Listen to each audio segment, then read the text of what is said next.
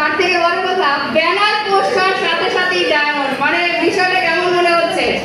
স্টেজে থেকে নেবো আমাদের প্রশ্রোতারা জ্যোতি আপুর ডিএক্সএল সিস্টেমে ব্র্যান্ড নিউ স্টার ডায়মন্ড আপুকে ওয়েলকাম জানাচ্ছি স্টেজে। সবাই জোরে সোরে একটা তালিয়া দিব, জোরে সোরে তালিয়া।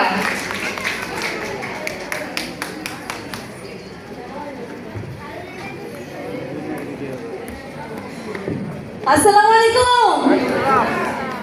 আমি আজকে যাদের দেখতে পাচ্ছি তারা কি বাংলার লেডি? আমি তো লেডি দেখতে পাচ্ছি না, আমি বাংলার বাঘিনী দেখতে পাচ্ছি। আমরা কি বাংলার বাঘিনী নাকি?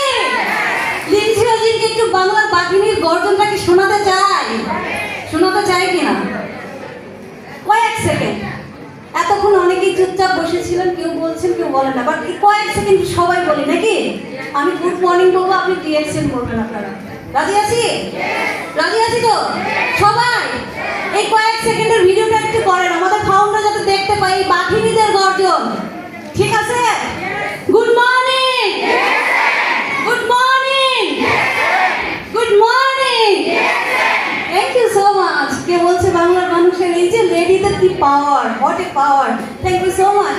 আজকে সত্যি খুব ভালো লাগছে, কারণ আমি ডিএক্সএলে এসেছি লাস্ট 3 বছর আগে এবং সেদিন একটা সিদ্ধান্ত নিয়েছিলাম এবং আজকে যে প্ল্যাটফর্মে আছি এই প্ল্যাটফর্মটা কিন্তু আজকের প্রোগ্রামের জন্য নতুন, বাট আমি কিন্তু এই স্টেজে নতুন না।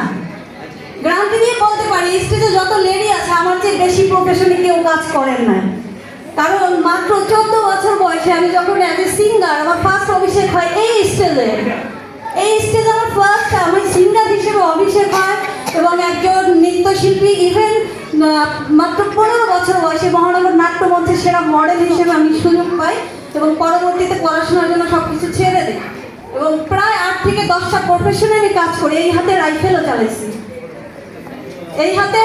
চালাইছি, ফায়ার সার্ভিসের ট্রেনিং করেছি, প্রত্যেকটা প্রফেশন 8 থেকে 10 বছর এবং একজন স্কুল টিচার, টোটালি গাজীপুরে 6টা স্কুলের টিচার ছিলাম। তো আলহামদুলিল্লাহ 8 থেকে 10টা প্রফেশন, 4টা বিজনেস আমার ছিল ট্রেডিশনাল, ওই সাথে বিয়ের পরে। তো এত কিছু করার পর কোথাও টিকতে পারিনি কেন বলেন তো? প্যাসিভ ইনকাম নাই, অ্যাক্টিভ ইনকামে ছিলাম এবং যখন একেবারে সব কিছু ছেড়ে দিয়েছিলাম যে হাল আর হবে না, এবং তখন একটা কথা মনে পড়ছিল আমার আপুর, আজকে সেই বাবার স্বপ্ন পূরণের জন্য আমি ডিএক্সএল এসেছি। আমার বাবা একজন সেনা কর্মকর্তা এবং সবসময় একটা কথা বলতো, আমার মেয়ে পারবে। আজকে আমার মেয়ে শুধু হাজার না লাখো মানুষের সামনে আমার মেয়ে কথা বলতে পারবে, সেই অ্যাবিলিটি আমার ভিতরে আছে। এবং আমি আজকে আর বলতে চাই, আজকে এই ব্যানারে যে দেখতে পাচ্ছি আমি সবার নিচে কথা দিয়ে গেলাম এখানে উঠবো, শুধু বাংলাদেশ না সারা পৃথিবীর বুকে আমাকে এক নামে চিনবে এবং সেটা শুধু অনলি ফর ডিএক্সএল জন্য। আপনারা কি চান নাকি? আপনারা চান? জোর না, আর একটু জোরে চান কি না? আমরা সফল নারী হতে চাই। একজন নারী শুধু একজন মা না, একজন নারী শুধু একজন নারী না, সে একজন স্বপ্নবাজ, সে হচ্ছে একজন স্বপ্নবাজ। আপনি সংসারে কাজ করেন ঠিক আছে, আপনি মা, আপনি বোন, সব কিছু ঠিক আছে, কিন্তু সবার আগে প্রাধান্য দিতে হবে কাকে? আপনার স্বপ্নকে। কাকে?